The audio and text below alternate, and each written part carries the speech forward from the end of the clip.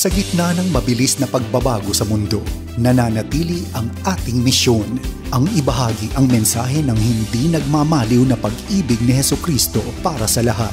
Hatid sa inyo ang pinakabagong kaganapan sa gawain ng Far East Broadcasting Company Philippines. Tampok din ang mga kwento ng totoong buhay na binago ng Diyos. Narito si Dan Andrew Cura sa The President's Report. Sa gitna ng pandemya, may iba pang mga suliranin ang kasalukuyang nararanasan sa buong daigdig.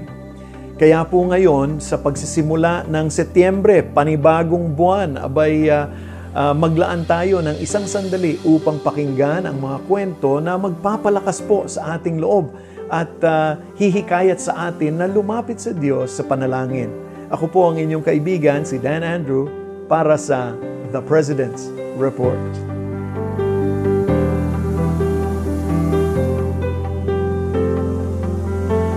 Sa kabila ng pagbabakuna at community quarantine, tumataas pa rin ang mga naitalang kaso ng COVID-19 bawat araw. Ayon nga sa World Health Organization, maraming nakararanas ngayon ng tinatawag na pandemic fatigue o yung kawalan ng gana sa pagsunod sa mga hakbangin upang maiwasan ang COVID-19 dahil sa tagal na ng panahon ng krisis na ito. Sa ibang bahagi naman ng mundo, maraming mga tao ang naghihirap dahil sa iba pang mga banta ng buhay tulad na lang ng natural na mga sakuna at mas nakalulungkot pa ang mga giyera at kaguluhan sa politika. Maraming tao ang nagtatanong, bakit nga ba pinapayagan ng Diyos na magpatuloy ang paghihirap sa mundong ito? Nais kong ibahagi sa inyo ang gawain ng FEBC International na maaaring makatulong upang bigyang kasagutan ang katanungang ito. Kamakailan lamang ay iniulat ng United Nations Office for the Coordination of Humanitarian Affairs o UN-OCHA na ang Timog Silangang Asya ngayon ang may pinakamataas na bilang ng mga namatay sa COVID-19 dahil na lang sa pagkalat ng Delta variant at sa hindi patas na pagbabahabahagi ng mga bakuna sa buong mundo. Balot ng takot at pangamba ang mga tao dahil na lang sa epekto ng virus. Gayunpaman, ginagamit ng Panginoon ang mga programa ng FEBC upang palakasin ang loob ng mga nakikinig. Naabot ng mga programang ito ang ating mga kapatid sa Timog Silangang Asya sa pamamagitan ng ating shortwave broadcast facilities mula dito sa Pilipinas. Narito ang ilan sa mga mensahe mula sa mga tagapakinig natin sa Thailand at Cambodia. Salamat sa inyong pananalangin para sa aking kalusugan. Sa gitna ng iba't ibang sitwasyon na dulot ng pandemya, ang lahat ng tao ay natatakot. Nagpapasalamat ako sa Diyos na sa tuwing pinangungunahan ako ng takot, pinapaalalahanan niya akong umasa sa kanyang salita at manalangin sa kanya. Dahil dito, siya nagiging una sa aking puso. Itinataas ko sa kanya ang aking mga pangamba. Ang Diyos ay laging may napapanahong sagot. Nakikinig siya sa aking mga kahilingan. Nawala agad ang aking takot at pagkabalisa. Gumaan ang loob ko. Lumalakas ang loob ko dahil sa inyong programa. Bilang isang balo, marami akong hinaharap na pagsubok sa buhay. Ang pakikinig sa salita ng Diyos ay nagdudulot ng kapayapaan sa aking puso. Mas ramdam ko ang pagpapala niya ngayong panahon ng COVID-19. Ang mundo ay dumaranas ng pagdurusa dahil ang mga tao ay hiwalay pa rin sa Diyos.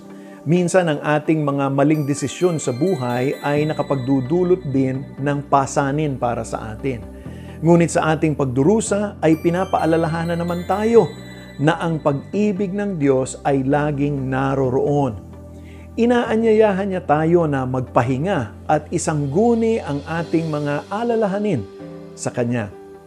Nagbibigay siya ng kapayapaan sa gitna ng ingay at kaguluhan sa mundo. Pinatitibay niya rin ang ating pananampalataya upang ating malampasan ang mga pagsubok na pinagdaraanan. Sa puntong ito ng ating programa, inaanyayahan kita na manalangin. Ipanalangin natin ang milyong-milyong mga tao sa buong mundo at dito sa Pilipinas na nakikipaglaban sa COVID-19 at iba pang mga karamdaman. Naway ipagkaloob ng Panginoon ang kagalingan at kanilang mga pangangailangang medikal. Naway humugot sila ng lakas mula sa Panginoon upang mapagtagumpayan nila ang pisikal na sakit at pagkabalisa.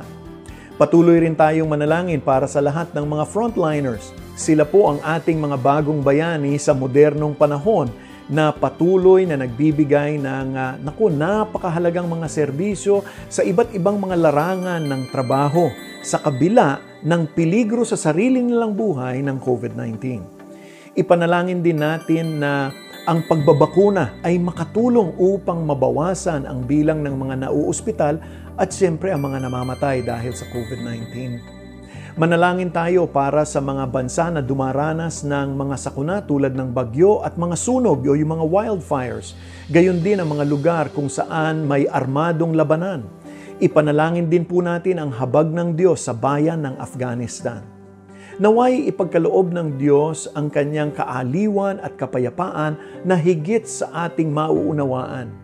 Idalangin din natin na ang mga programa ng FEBC ay patuloy na umabot sa mga tao at makapagbigay sila ng karampatang tulong sa mga panahong ito. Nagpapasalamat kami sa Diyos sa panahong ito. Maraming mga paraan upang makaabot ang ating broadcast sa maraming tao kahit sa mga lugar kung saan hindi makakapunta ang misyonero. Tulad na lang ng mga COVID isolation facilities, mga liblib na nayon, o kahit na sa mga lugar na nasa ilalim ng hidwaan.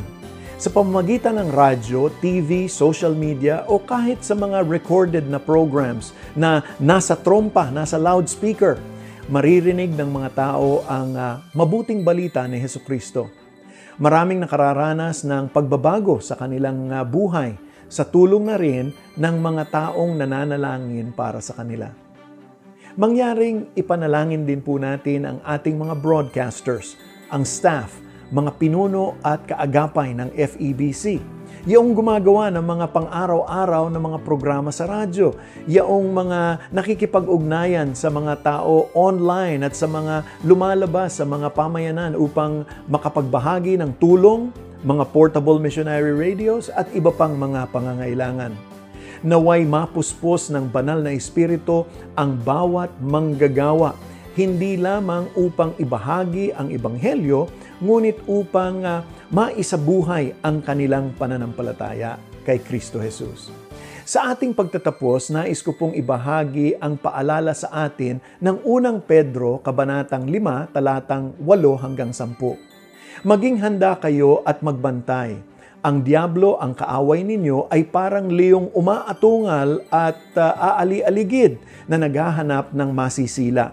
Huwag kayong matatakot sa kanya at magpakatatag kayo sa inyong pananampalataya sa Diyos.